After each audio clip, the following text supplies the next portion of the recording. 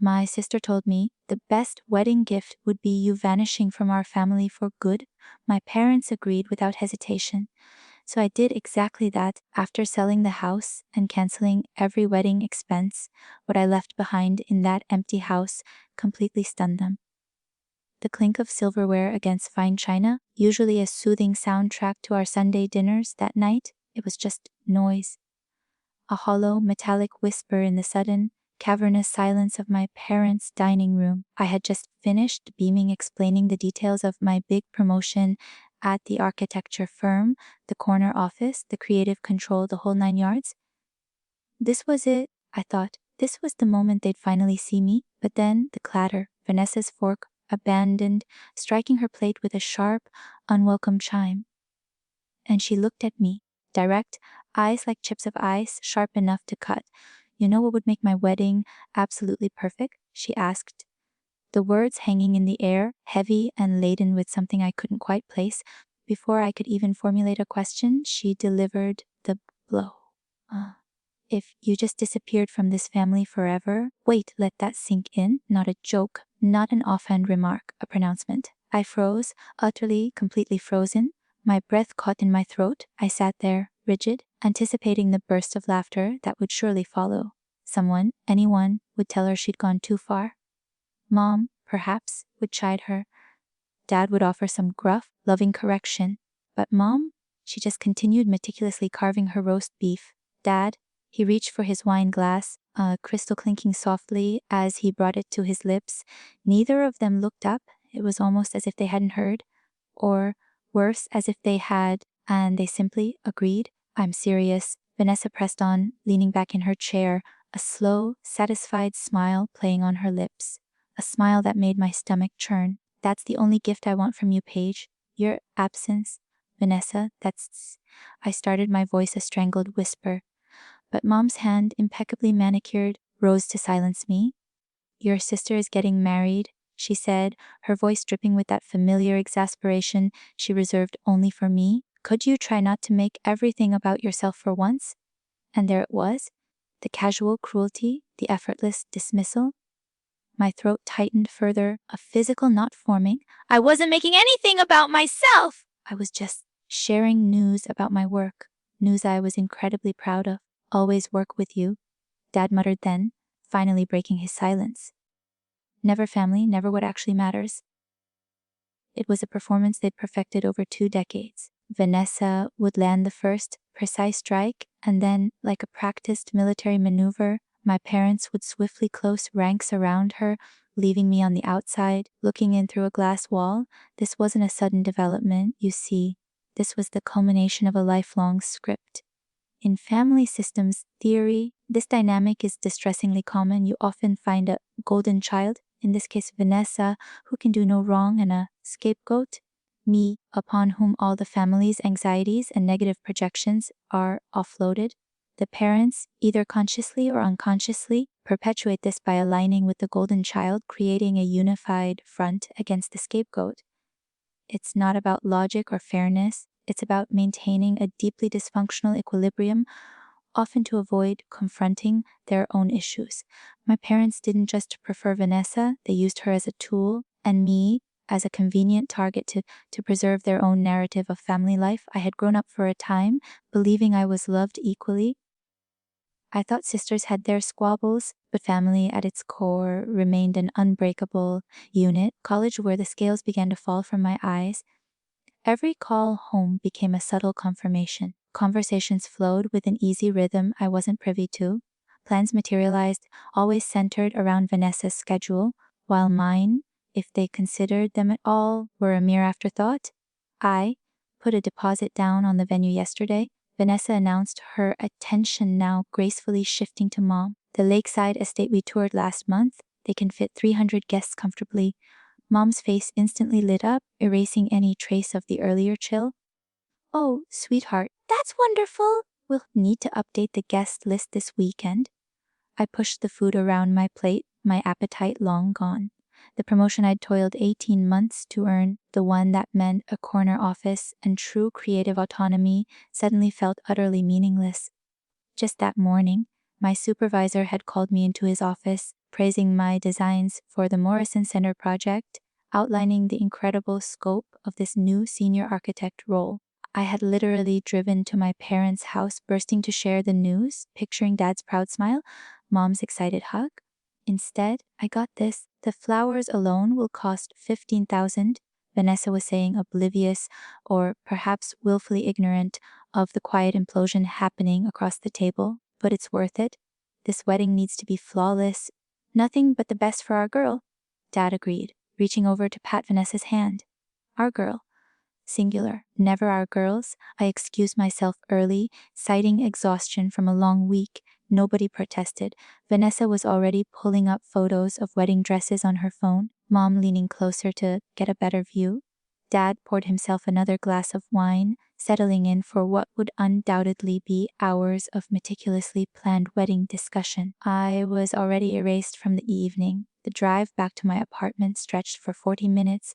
40 minutes of replaying the conversation, dissecting every word, every gesture, like pressing on a bruise you can't stop touching. Vanessa's words echoed loudest: disappear from this family forever. She hadn't been joking. The raw cruelty in her expression, the casual way she'd suggested my vanishing, she meant every single syllable. My phone buzzed as I unlocked my door. A text from Mom: remember to send your RSVPs for the engagement party. Vanessa wants a final head count. No, drive safely. No, thanks for coming to dinner. Just another stark reminder that I existed in their world only as a task to complete, a box to check off a never-ending list. And this is where it gets really chilling. I realized in that moment that all those years, all those efforts, they weren't just ignored, they were actively subtracted. I had spent 28 years desperately trying to earn their affection. My straight A report cards would grace the refrigerator for a fleeting week, only to be swiftly replaced by Vanessa's participation ribbons from a dance recital she barely tried in. I graduated summa cum laude from an Ivy League architecture program. They'd attended the ceremony, yes, but left early to catch Vanessa's community theater performance. I won a regional design competition at 25, a significant achievement in my field. Dinner conversation that night, oh, it revolved entirely around Vanessa's new boyfriend, Trevor, and his promising career in real estate. The pattern, you see, it was undeniable, yet a foolish, stubborn part of me kept hoping. Maybe this achievement would be the one. Perhaps this time they'd finally recognize my worth. Vanessa's wedding demand shattered that illusion completely. It wasn't just a crack. It was an earthquake. I opened my laptop, pulled up my bank accounts, and started calculating. The promotion came with a substantial raise, but more importantly, I'd been saving aggressively for years. Between my salary, bonuses, and prudent investment returns, I had accumulated enough to make a significant move. Sleep proved elusive that night. I lay in bed, watching shadows dance across the ceiling, thinking about what Vanessa had really asked for. She wanted me gone from the family. She'd said it plainly without hesitation, and my parents had, in their silence, tacitly agreed. Fine, I could arrange that. But first, I needed to understand exactly what I was dealing with.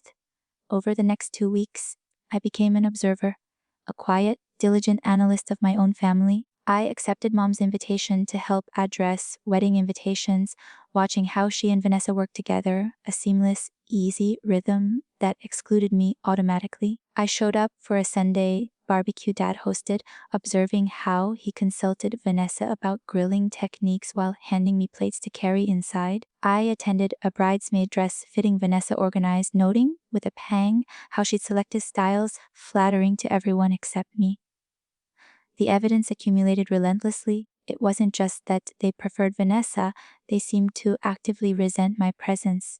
This phase of observation is crucial. For years, I had probably been living in a state of cognitive dissonance, the mental discomfort of holding contradictory beliefs. My belief was my family loves me equally, but the reality was my family consistently favors Vanessa. To resolve this, my mind would minimize the slights or rationalize them. But once Vanessa's words explicitly stated their desire for my absence, the dissonance broke. I started seeing things clearly without the filter of hope. My parents, on the other hand, likely continued to engage in confirmation bias, interpreting every interaction as proof that Vanessa was the good daughter and I was difficult, ungrateful. It allowed them to maintain their narrative and avoid confronting their own complicity. Mom asked about your RSVP again. Vanessa said during the fitting, examining her reflection in a full-length mirror. You're coming to the engagement party, right? Wouldn't miss it, I replied, my voice neutral, carefully devoid of emotion. She turned, studying me with narrowed eyes. You've been weird lately? Quieter, just busy with work? Always work? She echoed, almost precisely. Dad's from that dinner. The disdain in her tone was identical. You know, Trevor's cousin is single. Maybe if you focus less on your career and more on finding someone, you'd understand why this wedding matters so much. The other bridesmaids, Vanessa's college friends, giggled nervously. I just smiled and nodded, playing the role expected of me. Sure, Vanessa, because my life, my accomplishments are merely a placeholder until I find a man. That evening, I contacted a real estate attorney named Gerald Whitmore. His firm specialized in property transactions, and his reputation for discretion was excellent. We met at his office downtown, a sleek space with floor-to-ceiling windows overlooking the bustling financial district. I need to understand something about property ownership. I began, settling into a plush leather chair across from his desk. My parents' house. If I'm listed as a part owner, what are my legal rights? Gerald folded his hands, his expression carefully professional. That depends on how the deed is structured. Do you have documentation? I had done my homework. Years ago, when I turned 21, Dad had added both Vanessa and me to the house deed. He'd explained it as estate planning, ensuring we'd inherit smoothly when the time came. The property was listed under all four names as joint tenants with rights of survivorship. If you're a legal owner, Gerald explained after reviewing the documents I brought, you have the right to sell your portion of the property. However, with joint tenancy, it's more complex. Any owner can force a partition sale, which means selling the entire property and dividing the proceeds even if the other owners don't want to sell. Even then, though, it typically requires court intervention if they refuse to cooperate. I left his office with a plan forming. It felt radical, yes, even possibly vindictive. But Vanessa had given me explicit permission to disappear. She'd requested it as her wedding gift, and I intended to grant that wish far more thoroughly than she'd ever imagined. You know, sometimes when people ask for something, they don't fully understand the true cost of their request or the true impact of its fulfillment. The engagement party arrived on a Saturday evening in mid-June. Mom and Dad's backyard had been transformed into an elegant garden reception, complete with string lights, a catered buffet, and a champagne fountain. 200 guests mingled on the lawn, celebrating Vanessa and Trevor's upcoming marriage. I wore a simple navy dress and minimal jewelry, intentionally understated. Vanessa glowed in white, not quite a wedding gown, but close enough to signal her status as the bride-to-be. Trevor stood beside her, tall and confident, greeting guests with practiced charm. There you are. Mom appeared at my elbow, her smile tight. We need you for family photos. The photographer arranged us on the patio, Mom and Dad in the center, Vanessa and Trevor to their right, me on the far left, like an afterthought. We smiled on command, the camera capturing what would become one of the last images of our family, truly intact. Afterward, I approached Vanessa near the champagne fountain. She was laughing, head thrown back, with a group of sorority sisters, her hand resting possessively on Trevor's arm. Can I talk to you for a minute? I asked quietly. She rolled her eyes, but excused herself, following me to a quieter corner of the yard near the rose bushes. What? Her tone suggested I was already wasting her precious time. I wanted to say I've been thinking about what you said. I began, my voice steady, about your wedding gift. Her expression brightened, a flash of surprise. Really, you asked me to disappear from the family, and I've decided you're right. That's exactly what I'm going to do. For a moment, just a flicker, she looked uncertain, as though sensing something beneath my words she couldn't quite identify. Then she laughed, sharp, dismissive. Good. Honestly, Paige, it'll be better for everyone. You've always been so awkward at family things anyway. I'm glad we agreed, I said, keeping my voice even. I just wanted to let you know I'm granting your wish. Consider it my wedding present. She waved a hand, already losing interest. Whatever. Just make sure you're not dramatic about it. I returned to the party, made polite conversation for another hour, then slipped away without fanfare. Nobody noticed my departure. They were too busy toasting Vanessa's happiness, celebrating her bright future. Monday morning, I contacted Gerald Whitmore again. I want to proceed with the partition sale. I told him over the phone. Whatever it takes. He walked me through the process. First, we'd attempt negotiation with my parents, offering them the opportunity to buy out my share of the property. If they refused or couldn't meet the fair market value, we'd file for a court-ordered partition sale, forcing the house onto the market. This will cause significant family conflict. Gerald warned. Are you certain? Completely certain. The house had been appraised recently for insurance purposes at $850,000. As a quarter owner, my share was worth $212,500.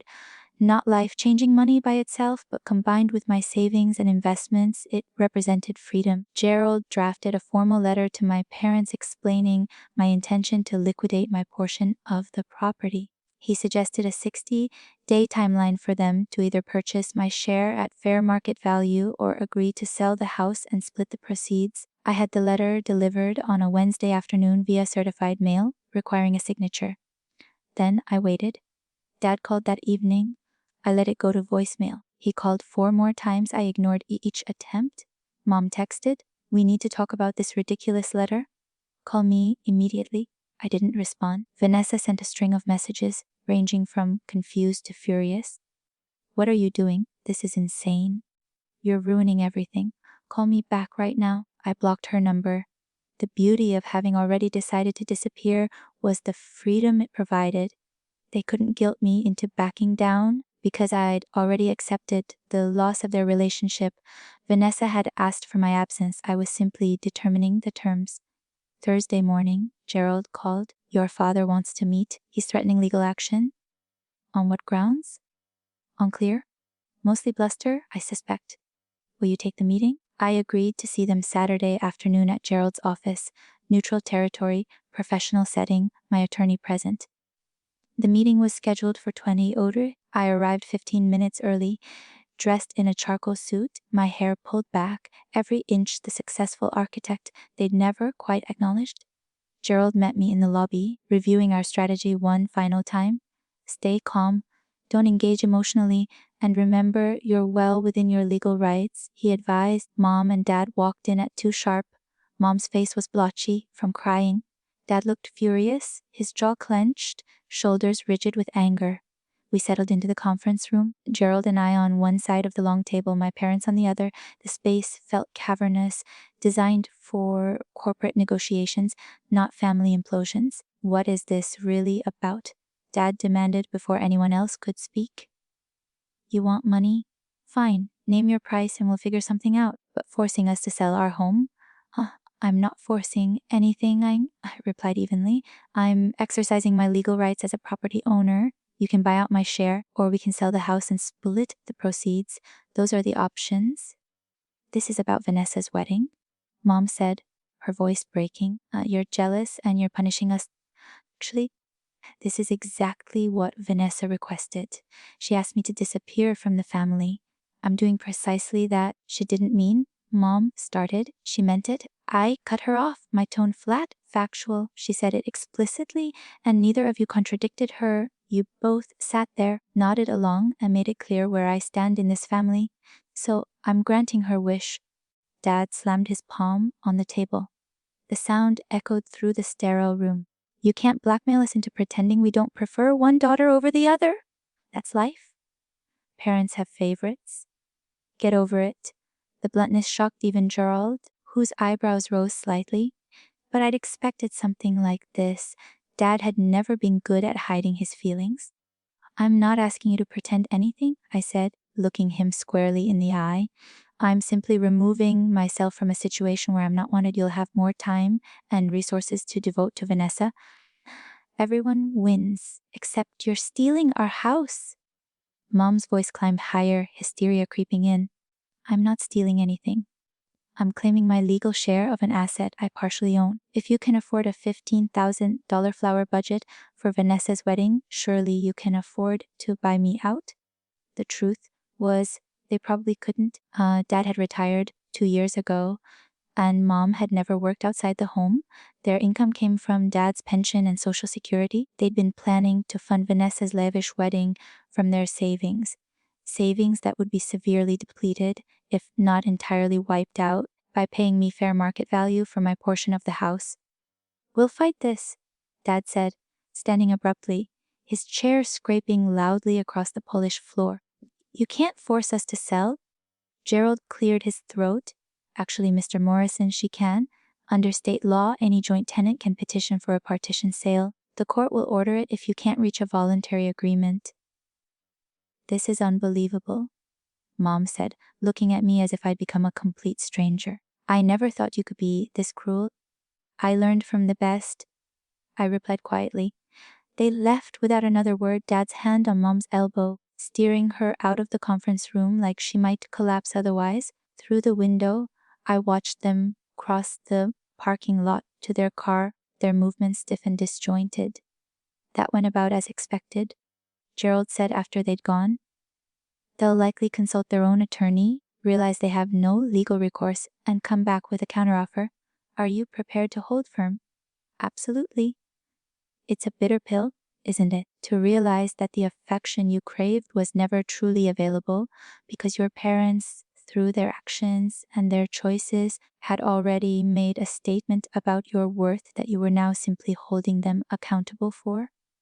Over the next 3 weeks, the situation escalated precisely as Gerald predicted. My parents hired an attorney who confirmed they couldn't prevent the partition sale. They tried negotiating a lower buyout price. I refused. They attempted to involve extended family members to pressure me. I ignored calls and emails from aunts, uncles, and cousins I barely knew. Vanessa, of course, created a private Facebook group called Family Emergency and added every relative she could think of, posting a long, dramatic account of my betrayal. She painted me as vindictive and money-hungry, claimed I was destroying our parents' retirement security out of petty jealousy. I didn't defend myself. The people who mattered already knew the truth, and the people who believed Vanessa's version weren't worth convincing. The real breaking point came when they realized they'd have to choose to pay me out of their savings, which would eliminate the wedding budget, or sell the house. Dad called Gerald directly. "Tell her if she goes through with this, we're canceling the wedding." "All of it. We can't afford both." Gerald relayed the message. I told him to proceed with the partition sale. "They're gonna hate you," he warned, though his tone was neutral, merely stating fact. "They already do. Now, it's just honest." What we saw in my parents was a profound failure of their moral compass, enabled by years of unquestioning favoritism. Psychologically, their initial silence at the dinner table and their later defense of Vanessa's cruel remark is a classic example of the bystander effect within a family unit, albeit an active one. They weren't just bystanders, they were active participants in my emotional erasure. By choosing to prioritize Vanessa's elaborate wedding over financial stability, or even attempting to acknowledge my legal rights fairly, they revealed the depths of their complicity. They created a situation where they had to choose between their golden child's fantasy and their own financial security, all because they refused to treat their daughters equally. The fallout wasn't just financial, it was a complete moral unraveling of their family unit, instigated by their own hand. The house went on the market in early August. It sold within 3 weeks to a young family relocating for work, closing in 30 days at full asking price. After agent fees and closing costs, the net proceeds came to roughly 800,000 divided 4 ways. Each of us received 200,000. Mom called me once during this period, her voice hollow.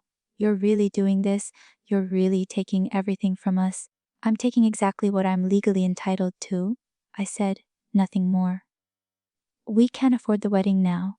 We've had to cancel the venue, the caterer, everything. Vanessa is devastated." A small, bitter part of me felt satisfaction at that news, but mostly I just felt tired. "She asked me to disappear. I'm disappearing. This is what that looks like." Hope you're happy, Mom said before hanging up. I wasn't happy, not in the triumphant way she implied, but I was free. The money from the house sale, combined with my savings and investments, totaled just over 400,000. I used it to make a down payment on a condo in a different city, 3 hours away. The architecture firm I worked for had offices nationwide. I requested a transfer to the Seattle branch and was approved within a week. I sold most of my furniture, packed what mattered into a moving truck, and scheduled my departure for mid-September. Before leaving, I did one final symbolic thing. I drove to my parents' now empty house on a Thursday evening. They'd moved into a small rental apartment across town, taking only what fit in a 2-bedroom space. The house stood vacant, echoing and sad, waiting for the new owners to take possession.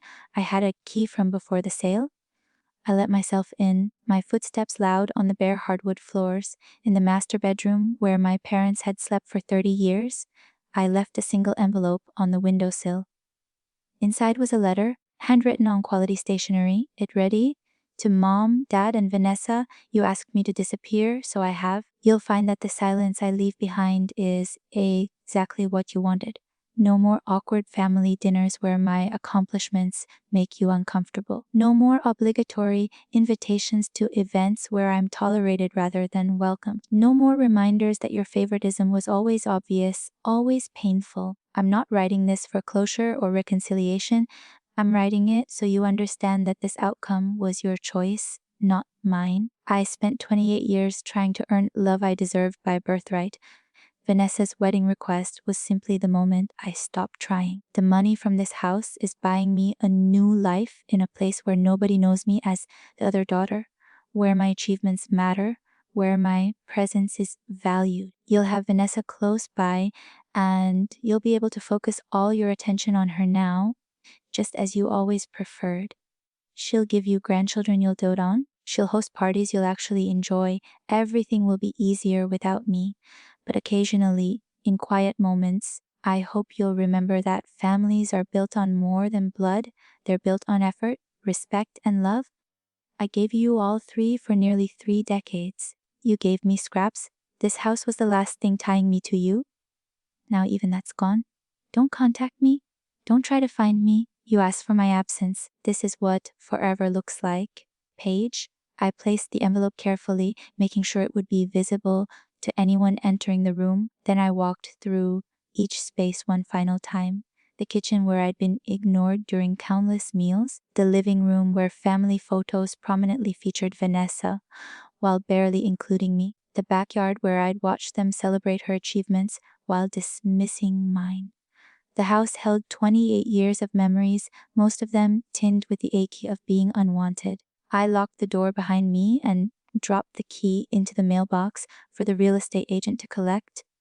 My flight to Seattle left the next morning. I'd already started at the new office remotely, impressing the senior partners with my Morrison Center designs. My condo overlooked Puget Sound, floor to ceiling windows, providing views of water and mountains. The space was mine alone, decorated to my taste, filled with furniture I'd chosen. For the first few weeks, I kept my phone on, half expecting messages. But there were none. Mom didn't call to apologize. Dad didn't reach out to rebuild bridges. Vanessa remained silent, likely too busy salvaging what she could of her scaled-down wedding plans. Their silence confirmed what I'd always known. They were relieved by my absence. But if you think silence is the only thing a family leaves behind when it breaks, you're missing a key, explosive element. 3 months after my move, I was working late in my home office when my email pinged. The message came from an address I didn't recognize, but the subject line read, "You need to see this?" Inside was a link to Vanessa's social media profile, which I'd blocked, but could still view if I wanted. Someone, probably a well-meaning former colleague from my old office, thought I should know what she posted. Against my better judgment, I clicked through. Vanessa had married Trevor in a small ceremony at the courthouse, followed by a backyard reception at their new apartment. The photo showed maybe 40 guests, simple decorations, grocery store flowers. Her dress was pretty, but clearly off the rack. The whole affair looked lovely in its modesty, but it was a far cry from the 300 guest extravaganza she'd planned. Her caption read, "Sometimes life doesn't go as planned, but I'm grateful for everyone who stood by us through difficult times.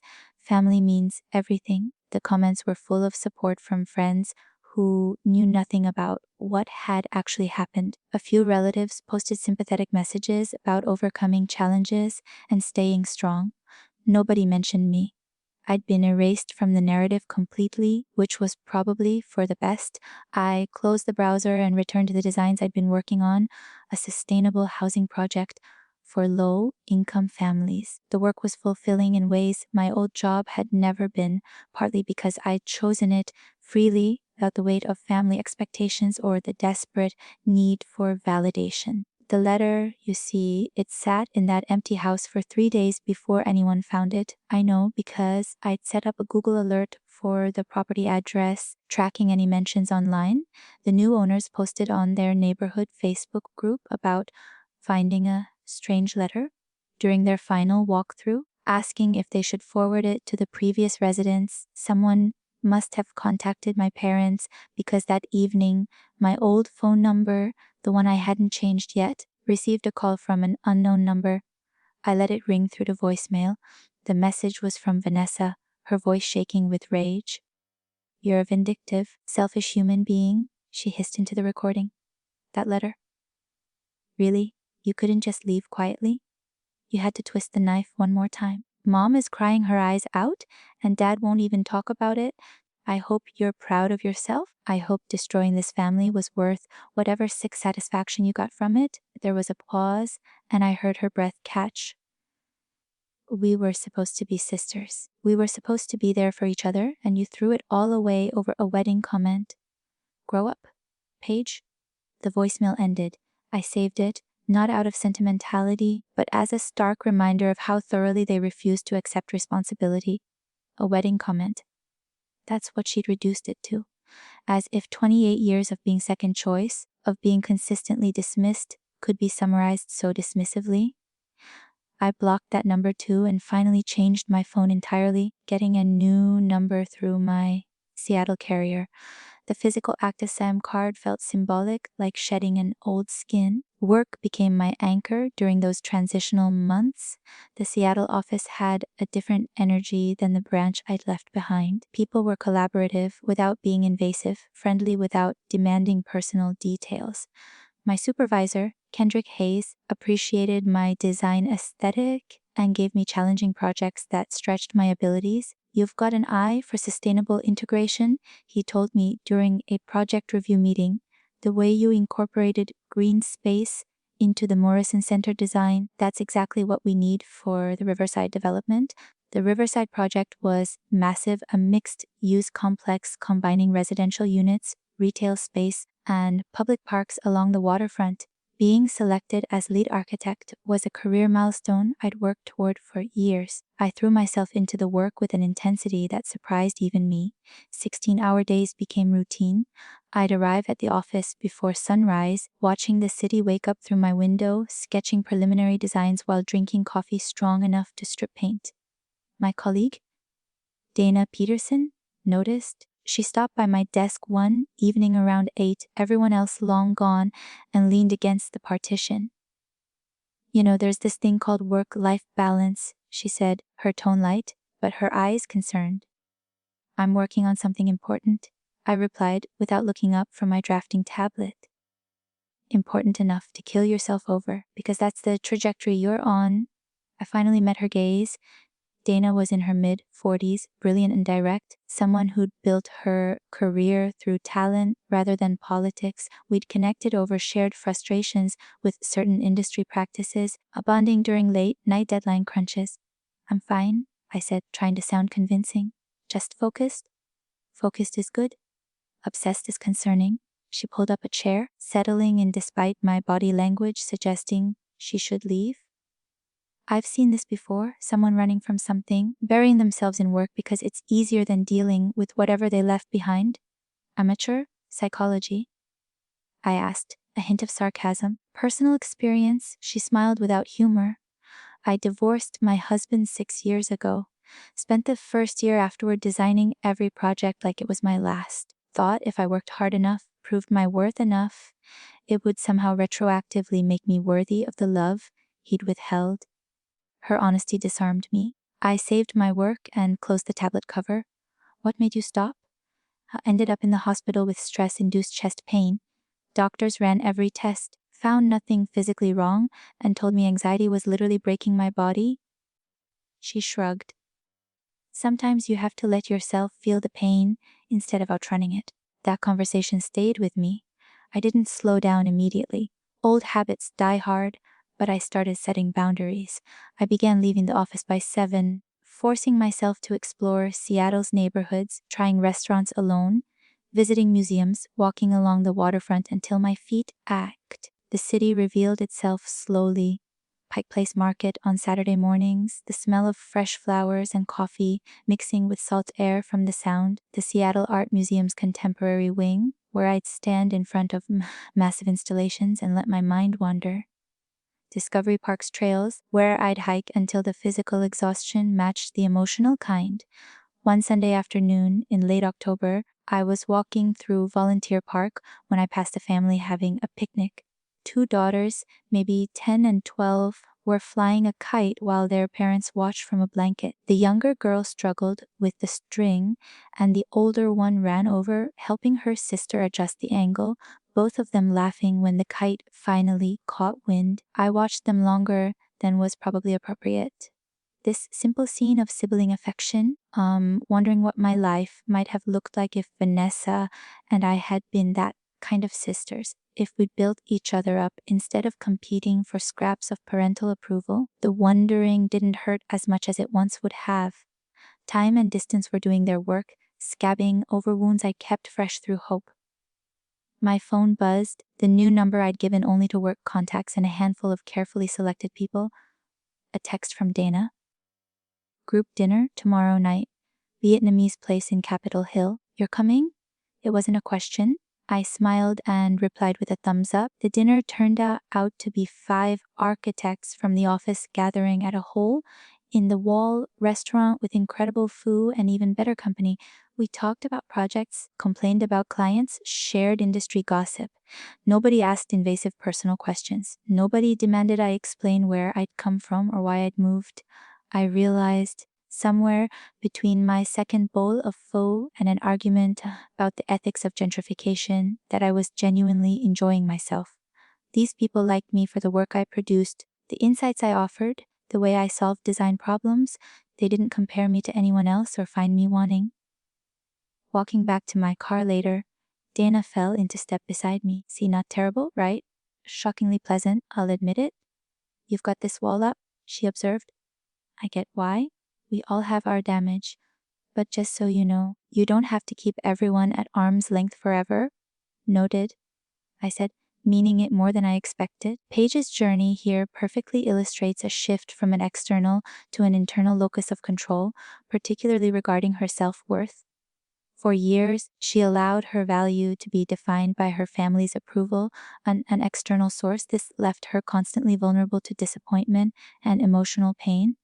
In Seattle, through therapy, work, and new relationships, she began to find validation from within. Her professional success became a reflection of her talent and effort, not a plea for love. Her social connections were based on mutual respect, not desperate attempts to fit in. This internal validation is the bedrock of true resilience and freedom from the toxic dynamics she escaped. The holidays approached with the inevitability of a freight train. Thanksgiving, then Christmas, then New Year's, all the occasions designed to highlight family togetherness, to emphasize the importance of gathering with loved ones. I volunteered at a community kitchen on Thanksgiving, serving meals to people experiencing homelessness. The work was humbling and exhausting. A woman about my mother's age thanked me for the extra roll I'd added to her plate, her eyes watering with gratitude over such a small gesture. "You're a blessing," she said. Squeezing my hand, I thought about Mom, who'd probably spent the day at Vanessa's apartment. The 3 of them gathered around a table, noticeably more peaceful without my presence to complicate things. Christmas I spent alone in my condo ordering Chinese takeout and watching old movies. It was quiet, but not lonely. There's a difference I was learning to appreciate. Loneliness implied wanting company you couldn't have. This was chosen solitude, deliberate and restorative. New Year's Eve found me at a firm party, champagne in hand, counting down with colleagues who'd become something close to friends. When midnight struck and people hugged and cheered, Dana pulled me into an embrace. "New year, new life," she said. "You're doing great, by the way, in case nobody's told you lately." The words landed deeper than she probably intended. Nobody had told me I was doing great. Nobody had noticed my efforts, acknowledged my growth, recognized my struggle to rebuild from ashes. "Thank you," I managed, my throat tight. January brought a bitter cold snap that froze the city solid. Snow fell in sheets, rare for Seattle, turning everything white and pristine. I worked from home during the worst of it, video conferencing with the team about the Riverside project, refining designs from my dining table while watching snow accumulate on my balcony. During one particularly long conference call, my email pinged with a message from an address I'd never seen before, Family Matters 20026 Gmail. Calm. I almost deleted it without reading, assuming spam, but curiosity won. I opened it during a break in the meeting. "Paige, this is Aunt Louise, your mother's cousin. I got your email from a mutual contact at your old firm. I'm writing because I thought you should know that your mother has been hospitalized. She had a minor stroke last week. She's stable now, recovering at Regional Medical Center. I'm not asking you to come. I understand there's been a falling out, but I thought you deserved to know. She's asking for you, Louise." I stared at the screen, reading the message 3 times. A stroke, mom was 62, relatively healthy as far as I knew, though stress and emotional upheaval could trigger these things. "She's asking for you." Those 4 words carried a weight I wasn't prepared to hold. The meeting resumed before I could process fully. I muted myself and turned off my camera, sitting in the gray winter light, wrestling with obligations I thought I'd severed. Dana called after the meeting ended. "You okay? You seemed off during that last hour." I told her about the email. She listened without interrupting, then asked the question I'd been avoiding. "What do you want to do?" "I don't know," I admitted. Part of me thinks I should go, that it is the right thing despite everything, but another part knows going back would undo all the healing I've done. "Both parts are valid," Dana said carefully. "There's no wrong answer here. You get to choose what you can handle." I sat with the decision for 2 days.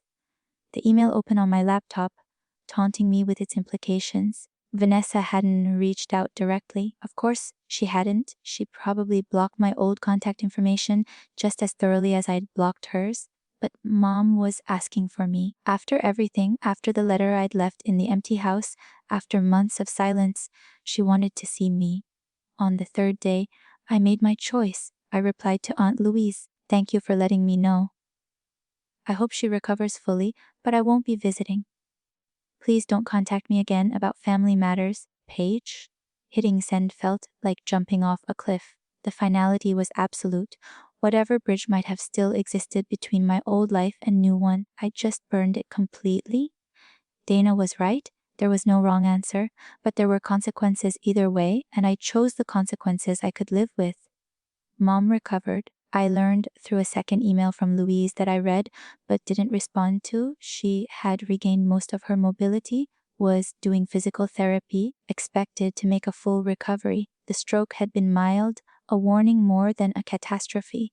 I felt relief at the news, which surprised me. I didn't want her suffering, didn't wish her harm, but I also didn't want to be pulled back into a dynamic that had damaged me for decades. February arrived with a slow promise of spring. The Riverside project was entering its final design phase, and Kendrick submitted my work to a national architecture competition. The entry included detailed renderings, sustainability reports, and a vision statement about creating public spaces that serve diverse communities. "You've got a real shot at this," Kendrick said, reviewing the submission package. "The judges are looking for exactly this kind of innovative thinking." I didn't let myself hope too much. I'd learned that lesson early. Expectation led to disappointment, especially when you needed validation from external sources. But 3 weeks later, Kendrick called me into his office, wearing a grin that suggested good news. You won, he said simply. The riverside design took first place, national recognition, a feature in Architectural Digest, and a 20,000 prize. I stood there, absorbing the information like a delayed echo. I'd won. My work, my vision, my effort, my talent had been recognized on a national level. Say something, Kendrick prompted, laughing at my stunned expression. I won? I repeated, testing how the words felt. They felt good. They felt earned. The firm threw a celebration, champagne in the conference room, everyone congratulating me, shaking my hand, asking about my design process. Dana hugged me so hard I almost spilled my drink. This is huge, she said. You understand that, right? This kind of recognition can transform a career. I did understand. For the first time in my professional life, I'd achieved something that stood entirely on its own merits, untethered from family approval or the desperate need to prove my worth. That evening, alone in my condo, I pulled up Vanessa's social media out of morbid curiosity. She posted about her job, her marriage, mundane daily activities. Nothing about mom's stroke, nothing about me, nothing that suggested I'd ever existed in her world. I closed the browser and opened Architectural Digest's website instead, finding the article featuring my work. There was my name, Paige Morrison, lead architect, alongside photographs of the renderings, quotes from my vision statement, recognition of my talent. This was the validation I'd been seeking my entire life, and it had come from strangers who judged my work objectively, without the baggage of sibling rivalry or parental preference. A year passed, then another. I made friends in Seattle, dated occasionally, threw myself into my career. The firm promoted me to lead architect, giving me autonomy over major projects. I bought art for my condo walls, joined a book club, took weekend trips to Vancouver and Portland. Life felt lighter without the constant undercurrent of not being enough. I changed my phone number, closed old social media accounts, and created new ones under a slightly different name. The digital trail from Paige Morrison to my current identity was intentionally difficult to follow. Sometimes I wondered if Mom ever opened that letter, if she read it and felt anything resembling regret. I wondered if Dad understood that his blunt admission about having favorites had been the final confirmation I needed to walk away, guilt-free. I wondered if Vanessa ever connected her wedding request to the complete disappearance that followed. Mostly, though, I didn't wonder about them at all. They'd wanted me gone. I was gone. The gift was given, received, and finalized on what would have been Vanessa's original wedding date, the lavish lakeside affair she'd planned. I treated myself to dinner at an expensive restaurant overlooking the water. I ordered champagne, toasted to absolutely nothing, and enjoyed a meal in peaceful solitude. The waiter asked if I was celebrating something special. Freedom, I told him. I'm celebrating freedom. He smiled politely, not understanding, but that was fine. Nobody needed to understand except me. This isn't just a story about a family falling apart, it's a testament to the profound, often invisible, damage that favoritism and emotional neglect can inflict. It's a story about realizing that you can't earn love that was never freely given, and that sometimes the only way to heal is to sever ties that bind you to perpetual pain.